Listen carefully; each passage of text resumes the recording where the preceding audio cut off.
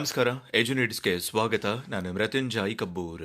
2025-26ನೇ ಸಾಲಿನ ಬಿಎಡ್ ಪ್ರವೇಶಾತಿಗೆ ಸಂಬಂಧಪಟ್ಟಂತೆ 10ನೇ ತಾರೀಕಿಗೆ ಅರ್ಹತಾ ಪಟ್ಟಿಯನ್ನು ಪ್ರಕಟಪಡಿಸಬೇಕಾಗಿತ್ತು. ಇನ್ಫ್ಯಾಕ್ಟ್ ಅದನ್ನು ಇಲ್ಲಿವರೆಗೂ ಕೂಡ ಇನ್ನೂ ಪ್ರಕಟಪಡಿಸಿಲ್ಲ. 2025-26ನೇ ಸಾಲಿನ ಬಿಎಡ್ ಪ್ರವೇಶಾತಿಗೆ ಬಹುಮುಖ್ಯವಾದಂತಹ ಒಂದು ಘಟ್ಟ ಅದು ಅರ್ಹತಾ ಪಟ್ಟಿ. ಈ ಎಲಿಜಿಬಲ್ ಲಿಸ್ಟ್ ನ ಆಧಾರದ ಮೇಲೆ ನಮ್ಮ ಅಡ್ಮಿಷನ್ ಪ್ರೊಸೆಸ್ ಕಂಟಿನ್ಯೂ ಆಗುತ್ತೆ.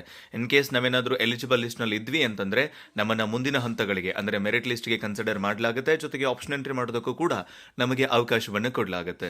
ಹಾಗಾದ್ರೆ 2025-26ನೇ ಸಾಲಿನ ಈ ಬಿಎಡ್ ಪ್ರವೇಶಾತಿಯ ಅರ್ಹತಾ ಪಟ್ಟಿ ವಿಳಂಬ ಆಗಿದ್ದು ಯಾಕೆ? ಯಾವಾಗ ಎಕ್ಸ್ಪೆಕ್ಟ್ ಮಾಡಬಹುದು ನಾವು ಇದನ್ನ? ಯಾವ ಕಾರಣದಿಂದ ಈ ಒಂದು ಅರ್ಹತಾ ಪಟ್ಟಿಯನ್ನು ತಡೆ ಹಿಡಿಯಲಾಗಿದೆ ಅನ್ನುವಂತ ಒಂದಿಷ್ಟು ವಿವರಗಳನ್ನ ಈ ವಿಡಿಯೋದ ಮೂಲಕ ನಿಮ್ ಜೊತೆಗೆ ನೇರವಾಗಿ ಹಂಚಿಕೊಳ್ಳುವ ಪ್ರಯತ್ನವನ್ನ ಮಾಡ್ತಾ ಇದ್ದೀನಿ.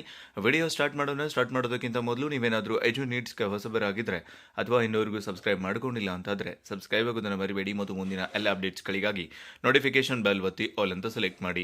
ನಿಮ್ಗೆ ಈಗಾಗಲೇ ಗೊತ್ತಿದೆ, department of school education CSL ನ ಅಧಿಕೃತ ವೆಬ್ಸೈಟ್ ನಲ್ಲೇ ಈ ಅರ್ಹತಾ ಪಟ್ಟಿಯನ್ನು ಪ್ರಕಟಪಡಿಸ್ತಾರೆ. ನಿಮ್ಗೆ ಗೊತ್ತಿದೆ, ಕರ್ನಾಟಕ TET ಇರಬಹುದು, ಬಿಎಡ್ ಅಡ್ಮಿಷನ್ ಇರಬಹುದು, ಶಿಕ್ಷಕರ ನೇಮಕಾತಿ ಇರಬಹುದು, ಅದೆಲ್ಲದನ್ನು ಕೂಡ ನಿರ್ವಹಿಸುವಂತದ್ದು ಈ CSL ಆಗಿರುತ್ತೆ. ಅಂದ್ರೆ ಕೇಂದ್ರೀಕೃತ ದಾಖಲಾತಿ ಘಟಕ.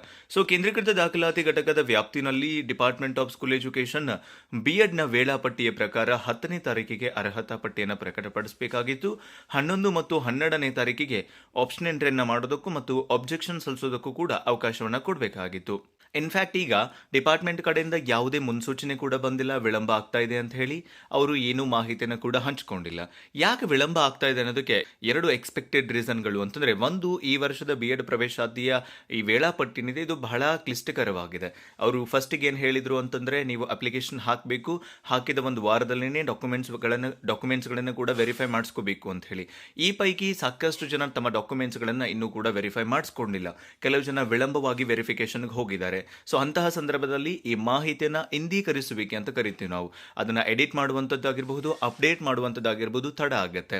ಹಾಗಾಗಿ ಈ ವರ್ಷದ ಹೊಸ ಪದ್ಧತಿಯನ್ನು ಅಳವಡಿಸಿಕೊಂಡ್ರು ಅಂದ್ರೆ ಅಪ್ಲಿಕೇಶನ್ ಹಾಕಿದ ಒಂದು ವಾರದಲ್ಲಿ ವೆರಿಫಿಕೇಶನ್ ಮಾಡಿಸಬೇಕು ಅಂತ ಹೇಳಿ.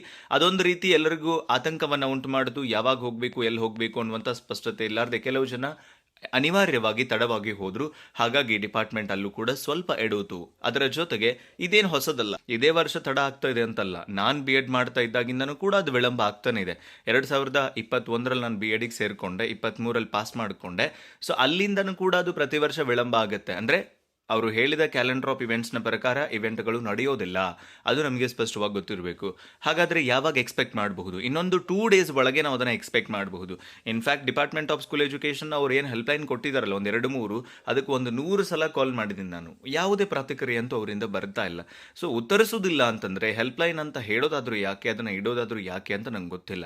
ಸೊ ಈಗ ಹೆಲ್ಪ್ಲೈನ್ಗೂ ಅವರು ಉತ್ತರಿಸ್ತಾ ಇಲ್ಲ, ಅಧಿಕೃತ ವೆಬ್ಸೈಟ್ನಲ್ಲೂ ಕೂಡ ಏನು ಅಪ್ಡೇಟ್ಸ್ ಅನ್ನ ಕೊಡ್ತಾ ಇಲ್ಲ. ಹಿಂಗಿದ್ದಾಗ ಇದು ನಿಜವಾಗಿಯೂ ಅಭ್ಯರ್ಥಿಗಳಿಗೆ ಒಂದು ಆತಂಕವನ್ನ ಸೃಷ್ಟಿ ಮಾಡುತ್ತೆ. ಯಾವಾಗ ಬರುತ್ತೆ, ಹೆಂಗ್ ಬರುತ್ತೆ, ಅದರಲ್ಲಿ ಇಲ್ಲ ಅಂದ್ರೆ ಏನ್ ಮಾಡ್ಬೇಕು, ನನ್ನ ಹೆಸರು ಏನು ಅನ್ನುವಂಥ ಒಂದಿಷ್ಟು ಸಹಜ ಗೊಂದಲಗಳು, ಇನ್ಕ್ಲೂಡಿಂಗ್ ಮೀ, ಅದು ಸಹಜಾನೆ. But don't worry, I am there with you. ಅದು ಯಾವಾಗ ಅಪ್ಡೇಟ್ ಆದರೂ ಎಷ್ಟೊತ್ತಿಗೆ ಬಿಟ್ಟರು ಕೂಡ ನಿಮ್ಮ ಜೊತೆಗೆ ಹಂಚ್ಕೊಳ್ಳುವಂತಹ ಕೆಲಸ ನಾನು ಮಾಡೇ ಮಾಡ್ತೀನಿ.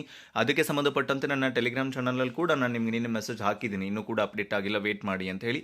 ಸೊ ಬೆಟರ್ ನೀವೆಲ್ಲ ಬಿಎಡ್ ಆಸ್ಪಿರೆಂಟ್ಸ್ ನನ್ನ ಟೆಲಿಗ್ರಾಮ್ ಚಾನಲ್ಗೆ ಜಾಯ್ನ್ ಆಗಿಬಿಡಿ. ನಾನು ಕೆಲವೊಂದ್ಸಲ ವಿಡಿಯೋ ಮಾಡಿನೇ ನಿಮಗೆಲ್ಲ ಮಾಹಿತಿ ಕೊಡ್ಲಿಕ್ಕೆ ಆಗ್ತಾ ಇರೋದಿಲ್ಲ ಅನಿವಾರ್ಯ ಕಾರಣಗಳಿಂದ.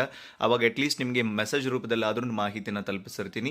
ಸೊ ಡಿಸ್ಕ್ರಿಪ್ಷನ್ನಲ್ಲಿ ಟೆಲಿಗ್ರಾಮ್ ಚಾನಲ್ ಲಿಂಕ್ ಇರುತ್ತೆ, ಜಾಯ್ನ್ ಆಗಿ. ಅಂಡ್ ಮೋರ್ ಓವರ್, ಇಲ್ಲಿವರೆಗೂ ಕೂಡ ಎಲಿಜಿಬಲ್ ಲಿಸ್ಟ್ ಅನ್ನ ಬಿಟ್ಟಿಲ್ಲ. ಅದಕ್ಕೆ ಕಾರಣ ವೆರಿಫಿಕೇಶನ್ ತಡವಾಗಿದೆ, ಇಂದೀಕರಿಸುವಿಕೆ ತಡವಾಗಿದೆ, ಅಪ್ಡೇಷನ್ ಪ್ರೊಸೆಸ್ ನಡೀತಾ ಇದೆ. ಹಾಗಾಗಿ ಡಿಪಾರ್ಟ್ಮೆಂಟ್ ಕಡೆಯಿಂದ ಫಾಲ್ಟ್ ಆಗಿದೆ. ವೇಟ್ ಮಾಡೋದು ಮಾತ್ರ ನಮಗೆ ಸದ್ಯಕ್ಕೆ ಇರುವಂತ ದಾರಿ ಅನ್ನೋದನ್ನ ಹೇಳ್ತಾ, ಸೊ 2025-26ನೇ ಸಾಲಿನ ಬಿಎಡ್ ಪ್ರವೇಶಾತಿ ಪ್ರಕ್ರಿಯೆಯಲ್ಲಿ ಭಾಗವಹಿಸ್ತಾ ಇರುವಂತಹ ನಿಮ್ಮೆಲ್ಲರಿಗೂ ಶುಭವಾಗ್ಲಿ, ನಿಮ್ಮೆಲ್ಲರಿಗೂ ಗವರ್ಮೆಂಟ್ ಸೀಟ್ ಸಿಗ್ಲಿ ಅಂತ ಆಶಿಸ್ತಾ, ಇದಕ್ಕೆ ಸಂಬಂಧಪಟ್ಟಂತಹ ಮತ್ತಷ್ಟು ಅಪ್ಡೇಟ್ಸ್ ಗಳನ್ನ ಅತಿ ಶೀಘ್ರದಲ್ಲಿ ನಿಮ್ ಜೊತೆಗೆ ಹಂಚ್ಕೊಳ್ತೀನಿ. ಸಿಗೋಣ ಮತ್ತೊಂದು ವಿಡಿಯೋದಲ್ಲಿ. Thank you so much. Have a good time.